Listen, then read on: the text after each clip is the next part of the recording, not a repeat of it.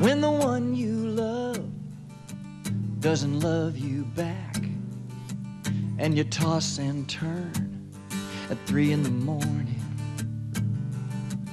and you hear a train cross a distant track. There in the dark, some words start forming, and you write a song. Maybe it'll make the night easier to get through it. Maybe it'll ease the pain, but that's not why you do it. It's not a temporary, momentary, ordinary passion. You write a song because you have to.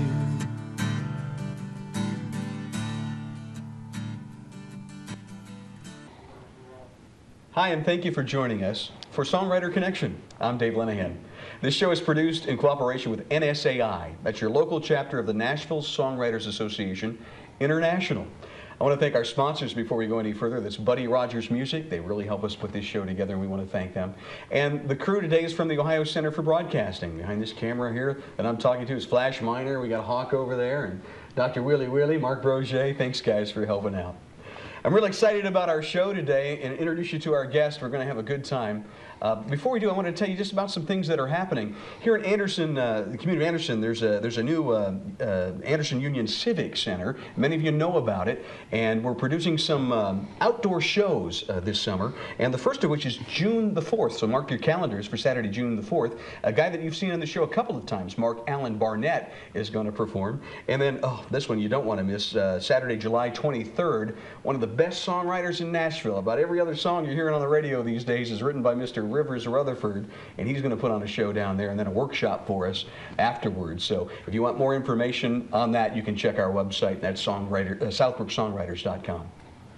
Well, our guest tonight, you know, he's from radio, and you listen to him every day, and we're really excited about having this guy. If you go to the B105 website, and you click on the staff page, you can read about all the disc jockeys, and they ask them, do you have a secret talent? And most of them joke around about things they do, but Bill's very serious about what he says his secret talent is. He's a songwriter, and a very good one. He's had cuts by Cletus Judd, by Linda Davis, and there's others.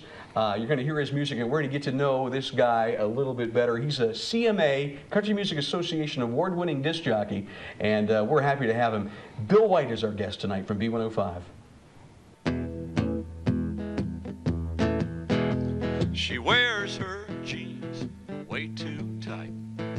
She kicked butt in a Springer fight.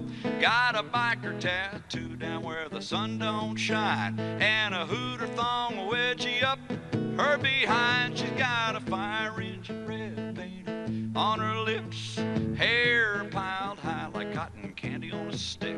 A NASCAR groupie, and she still grieves. On her pickup door's a big number 3. Whoa, she's trailer park sexy to me. A big bone double wide loving machine. She's just Jenny from the cement blocks, and she's trailer park sexy to me. Now she wears more makeup than Tammy Faye. Press on nails and 2 packs a day. Got a miracle bra holding up her bust. She's a Bunsen burner baby when her pipes freeze up, and is a long neck bottles on a girl's night out.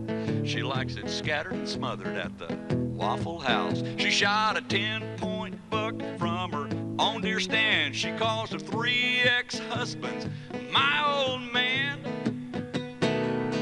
Whoa, she's trailer park sexy to me. A big bone double wide loving machine. She's just Jenny from the cement blocks, but she's trailer park sexy to me. She's got a few loose ends and she can come unwound, but it's hard not to love a woman who's got her house tied down. Woo, she's trailer park sexy to me. A big bone double wide loving machine. She's just Jenny from the cement block. she's trailer park sexy to me. Yeah, she is. Bill Whyte on Songwriter Connection. Bill, Hey, good to have you Dave. here. How are you? All right. She's big bone, trailer park sexy. She is. She's just Jenny from the Cement Blocks, but she's pretty darn sexy to me. First time I've heard that one. Tell us a little bit about that song. It's my wife. You know, we She's gonna kill you. we originally met in a single wide, and we've had a little success, and you know, now we got the double wide with the pink flamingos flocking out front and a big tire with a sandbox in it. So Doing well with B-Roll. you know, you write what you know. Awesome. Let's start there. You are married. Kathy, lovely lady, does some modeling for here in Cincinnati, right? She used to do some modeling, yeah, and did a lot of that in makeup work, and you know, obviously the inspiration of a few songs, and not that one, you know. Not that one. People always want to know, but it's not her. And you have a lovely daughter as well. Yeah, Heather, she's here. She's just gone through her first year at Belmont. Yes, she is. She's a vocal major. She's the one that can really sing. So is she singing any Daddy songs? Or? She refuses to sing Trailer Park Sexy. I don't blame her. The girl has taste, and there's nothing I can do about it. There you go. Oh, it's so good to have you on the show. You know, people hear you on the radio every day, and you know, I thought we talk about that you're a songwriter as well, and I don't know how many people that know that, but you're pretty serious about it, and it started for you back when you were, what, 16 years old? Yeah, 16, I think. You know, wrote my first song. I was in a band when I was 16, and so I was hooked by the bug pretty early on, and once you start playing guitar, it's kind of a natural progression. So I've been doing on and off since I was 16. Had a long off period, but you know, had the pleasure of being in Nashville for several years, which is a great community of writers, and sort of got serious about it here recently. I was reading your background, and of course, we remember when you were here in Cincinnati in the 90s. We were all thrilled that you came back last year, and you went to Milwaukee, and you were in Nashville at WSM, and I remember hearing you there, but I didn't realize that you had spent time in Nashville before that, years ago. And as a struggling artist, yeah. As an artist. Literally as a starving artist, yeah. And you did some writing then? Did some then, yeah. Did a little recording, and you know, worked out on the road some with. You know, there was a booking agency called United Talent at that time that Conway Twitty and Loretta Lynn owned, and I was part of that agency, and I was the little guy that would go out and open shows, and our band would back up some of their B and C artists that had 1 or 2 hit records but couldn't afford their own band, so they'd use ours a lot. Must have been fun and exciting time. Very fun, yeah, very, very fun. You also recorded there, right? Yeah, recorded. We recorded an album and a couple of singles that went nowhere, and you know, you got to make a living. So I kind of went back to what I knew and went back into radio. So I've kind of had a blended career through the years of radio and and music and songwriting. You know, I wanted to hear the story about Momo, Missouri. Now, you're from Missouri, right? Yeah, I am. Your hometown? Yeah. You know, if you listen to the radio station, too, Duke Hamilton and I actually started in a small market radio station together, a little one-bedroom trailer. You know, maybe that's where the inspiration from that last song, but when you worked with Duke then, do you think, boy, there's a future Hall of Famer right there? Yeah, you know, he's great. And he was great then. When he walked in the door when he was 18, if you listen, he's got those big pipes, and he had it when he was 18 years old, too. And it's odd to be working back, you know, it's really great to be working with him again. But there was a morning guy there at the time who was of the town, and his whole thing was he'd tell tall tales, and the general manager was a little bit that way. And one of the tall tales that he just created completely out of fiction was that there was a Bigfoot, you know, roaming the hills in one of the local towns there of about 800, 900 people, and he would tell this story every day, and the story exploded, and the next thing we know, the Associated Press covered it, and when that happened, all the St. Louis television stations came out. They're tromping through the woods. They're saying the monster turned cars over. So they wrote this poem called Momo the Monster, and I put a melody to it, and actually it was my first record that I'd ever recorded, and went into a studio here in Nashville, and the darn thing, they still played in Missouri. It was a big hit in the state of Missouri. It just exploded, and big in Missouri. You know, I can't get rid of it. It's there always. So somebody will have to play that for me. Well, somebody watching right now is going, "Oh, that's the guy that did Momo the Missouri Monster." Probably. There you go. Good thing he went back in radio.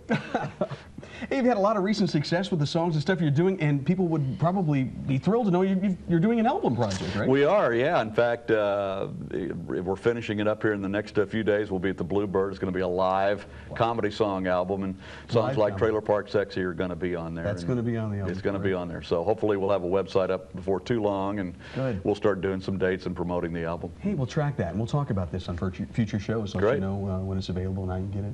The Bluebird Saturday, huh? Yes, the Bluebird Saturday. We're going to be be in the round with some great writers. Lisa Schaefer, who's a Lyric Street artist now, is going to be in the round with us, and she and I write a lot together. And Will Nance, who I know you know about, we've written for a lot of years, and he's going to join us. And and Brent Rowan, I believe, is going to be in the round with us, who, you know, is a great producer and guitar player. So it should be fun. Forward to that. Intimidating. Anytime you play the Bluebird, huh? Yeah. I saw the first time you played the Bluebird. You know, that's a great story. Yeah. That's really a great story. I was so nervous I could hardly spit, and I looked up and there was Dave, and I thought, you got to be kidding. And I'm sure you were thinking the same thing, because Dave said, what are you doing here? Yeah. Oh, I'm bussing tables. So you were shocked that I was playing that night. You were heading down to Nashville, and I was telling the story that the last time I saw you was when you were working at WSM, and you were telling me you had a cut, and you played it for me. Shock. And I was telling that story, and then the first person I see when I walk into Bluebird is you. That's weird. Very weird. Yeah, you can't get away from some people. You can't. You can run, you can run like a bride, you know, but you just can't get away from some people. Hey, that cut was by Cletus Judd. And, yes. That had been a thrill, and there's a neat story behind that, too. It's yeah, I mean, it's just, you know, I had written it after watching the, we'll do it here in a little bit, we'll do the song, but we had, I just watched the Country Music Association Awards that year, and Shadazy had walked out and tried to dance, and I love the girls, but it was pretty pathetic. And I just thought, you know, and they'd gone through a period where it seemed like every CMA award show for a few years, somebody would try to dance. Yeah. And it just doesn't work, you know, for white country music singers. For some reason, it just doesn't work. So I had this idea for a song, and I wrote a verse and a couple of choruses, and I took it to a producer I knew, just to get his opinion and go, is this funny, or what do you think about this? And he fell out and laughed and thought it was, he said, let me have a copy of that, and never thought anything more about it. And a couple of days later, I get a phone call, and he says, I think I got your song cut. And I said, what? I wasn't even pitching. I just wanted to know if it was. So they sent it to Cletus, and they immediately loved it. And he and his producer, Chris Clark, added another couple of verses to fatten it up a little bit, and it went on his CD. And I think the song, if nothing else, there's not been a country music singer on television dance since then. And I'd like to take credit for that. I'm very proud of it. For that, Bill, we thank you. Yeah. I got to hear that song. Could we? Oh, we'll do that. Do that? Okay. Yeah. Very good. Every time a country award show comes on my TV, I'm forced to put up with some choreography. Well, I really like Shadazy, and Sarah Evans is mighty fine, but I prefer my country music without all that bump and grind. So Shania put some clothes on and stop prancing all around. And Mark Miller, I get dizzy watching you spin with Sawyer Brown. And even Jody Messina is shaking her hips and all her red. But if George Strait starts dancing, somebody shoot me in the head. You never saw Hank Jr. do the electric boogaloo, and I can't see Merle Haggard moonwalking in his boots.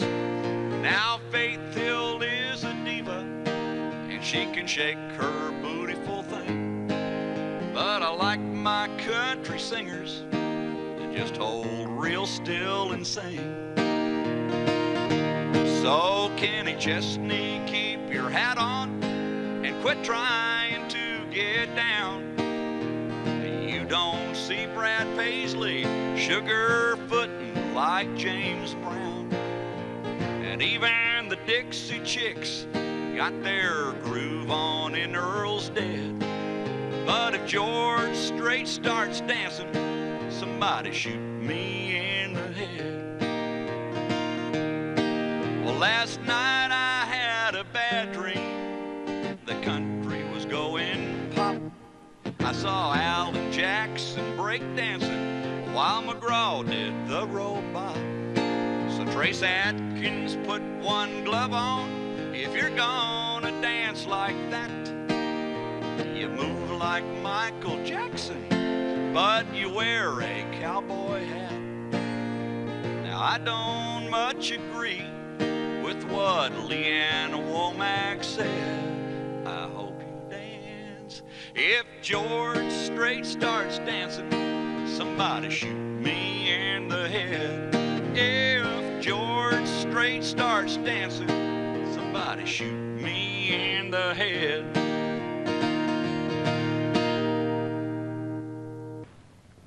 That's Bill Whyte on our show is Songwriter Connection, and it's brought to you by Buddy Rogers Music. You dance a lot yourself, don't you, Dave? I've seen you get down. Not a bit. Amazing. You can't find two left feet cowboy boots, and that's why I became a DJ anyway. I like to spin them, not dance. Good for you. And you don't dance either. Oh, no, you can't get me near it. You know, I spent too many years on the stand watching how foolish it looks in front of me.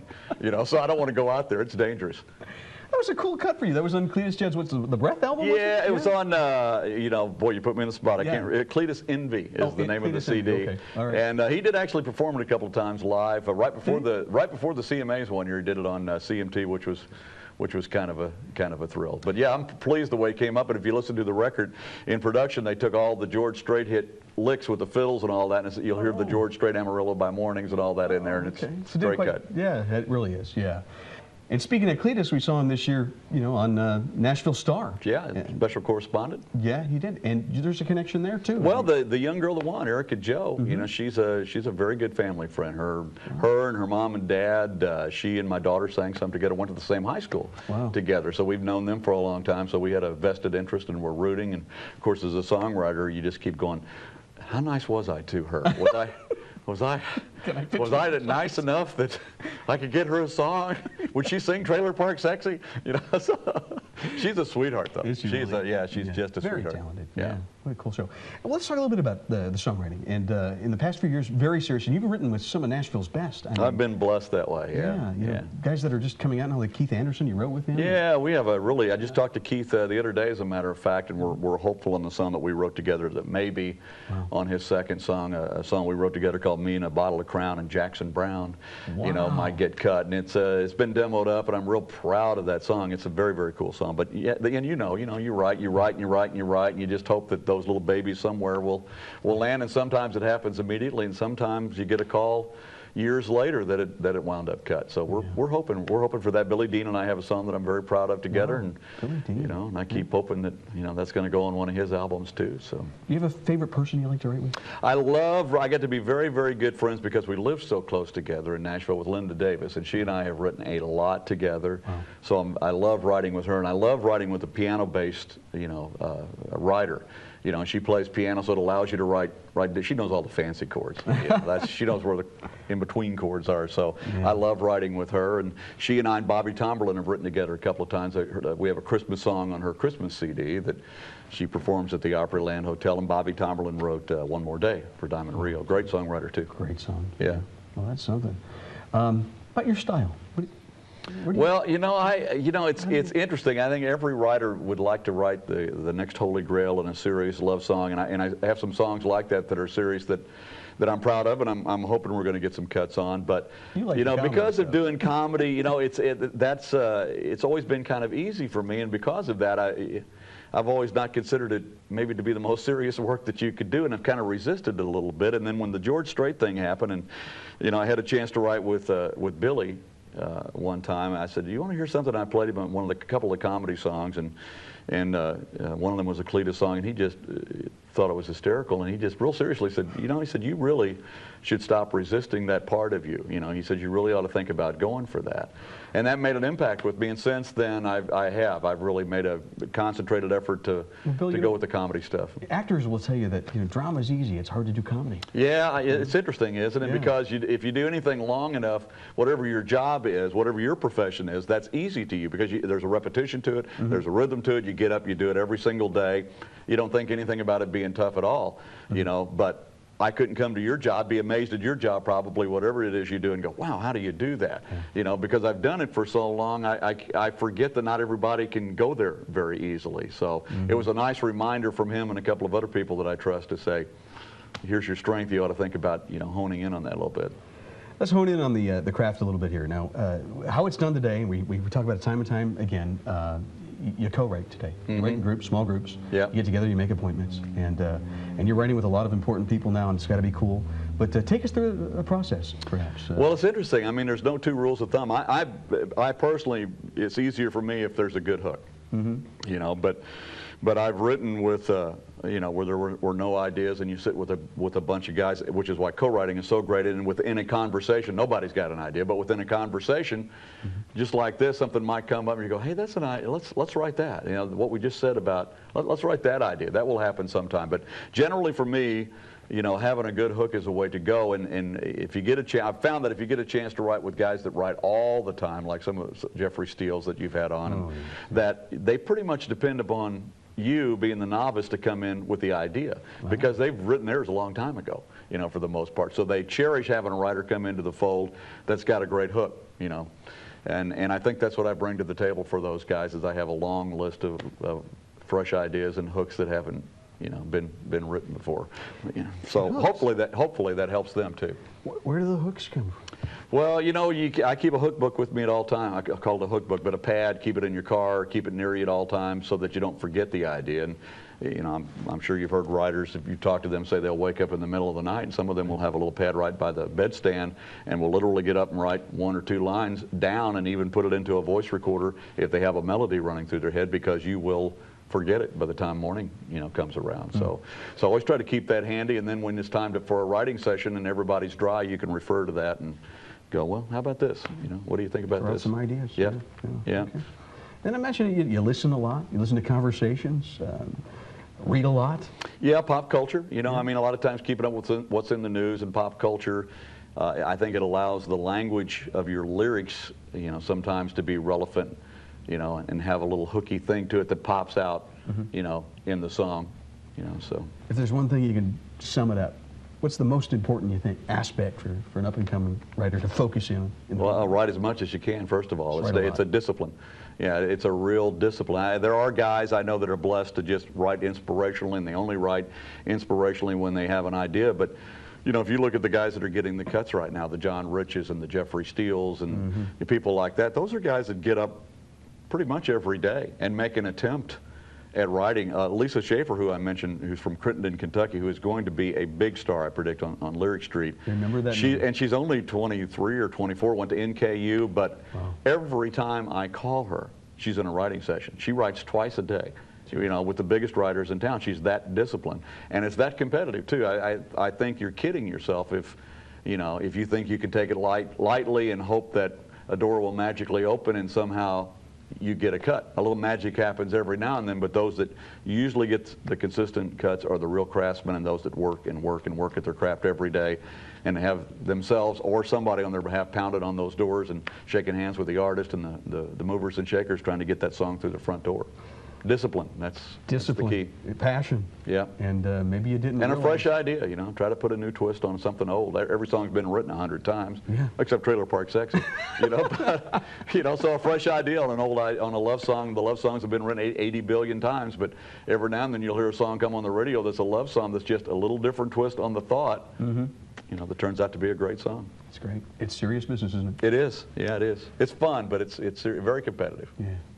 Well, I got to hear another song. All right. Let's do it. What would you like to hear? Bill Whyte is our guest on Songwriter Connection. How about one of my favorites that you wrote is another Cletus Judd cut. You want to do that one? Yeah. All right. I won't ruin the hook for you, but we'll do it. Let's not do that. Okay.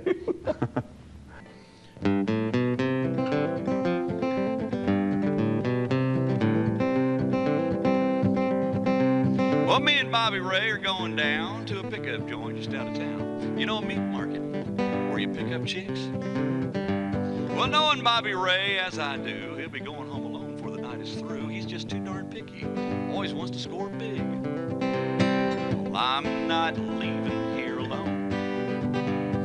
I'm gonna compromise early on, so I'm going ugly early tonight. She may not be a beauty queen, but that's all right. I'm not waiting around for one that looks good in the light. So I'm going ugly early tonight.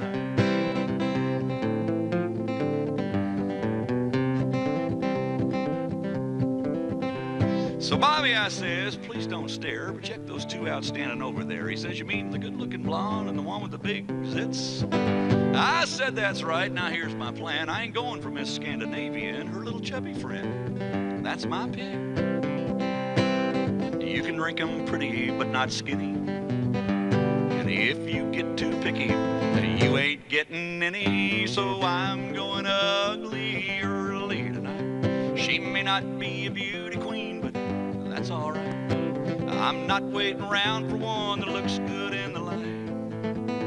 So I'm going ugly early tonight. I'm picking here.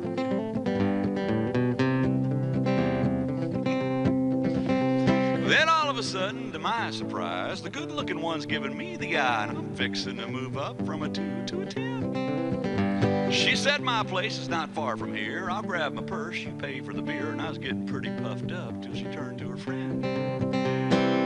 I guess she didn't think I'd hear those hurtful words she whispered in little Chubby's ear. She said, I'm going ugly early tonight. His friend is better looking, but I ain't got the time. I'm not waiting around for one that looks good in the light. She said, I'm going ugly early tonight.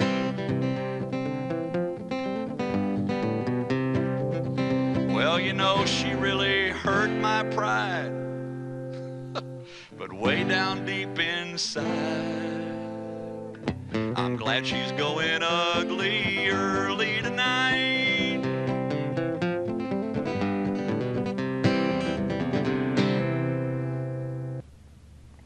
Bill Whyte on Songwriter Connection, brought to you by Buddy Rogers Music. One of those poignant love songs, you know. Well, you know, it's nice to be in the realm of serious songwriters here with the Jeffrey Steeles and have that kind of quality material once again on your show, Dave. I know. The big singable chorus, we were all singing along, you know. Isn't that pathetic? Yeah, no, that's amazing. I think it should be a single. Well, I keep hoping it might be for somebody, you know. That was on Cletus's Bipolar and Proud CD, so I'm on all the classic stuff. There you go. Yeah. Absolutely. Bill, I can't thank you enough for joining us. It's just been good to sit down and talk to you a little bit about something other than radio, but let's talk about radio a little bit because we hear you every morning on B105, and I want folks to tune in, and I want you also to be sure you say hello to Amanda and Stat for us. I'll do it. You have a lot of fun on that show, don't you? Yeah, we do. Yeah, it's a good team, and we legitimately have a lot of fun, and if you're listening, we appreciate it very much, and if you're not listening, what the heck are you thinking? What's your problem?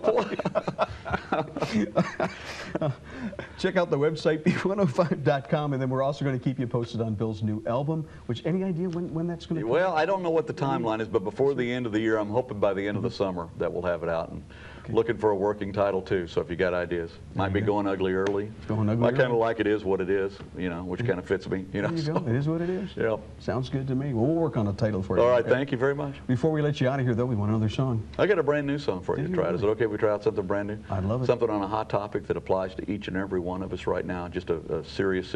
Serious song. Well, no, yeah, but I'll do it for you. All right, great. Bill, thank you. Good to see you, seeing Dave. you, man. All right. Yeah.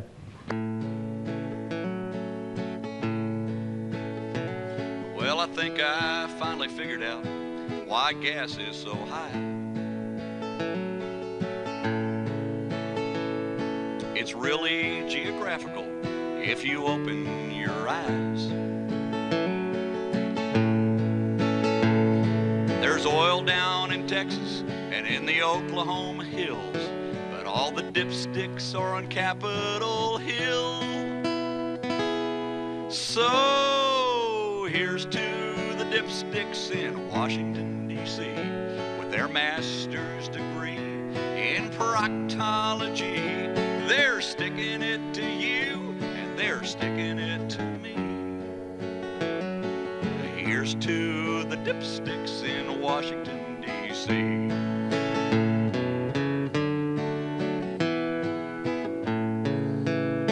We're getting screwed at the pump for the price of gasoline. They should at least hand out blindfolds so the price can't be seen. How can we take Baghdad, give Saddam the old boot, then watch the price of gas go through the roof? So here's to the dipsticks in Washington, D.C. with their master's degree in proctology. They're sticking it to you and they're sticking it to me. Cheers to the dipsticks in Washington, D.C. I'm gonna put a bumper sticker on my big SUV and slap another bumper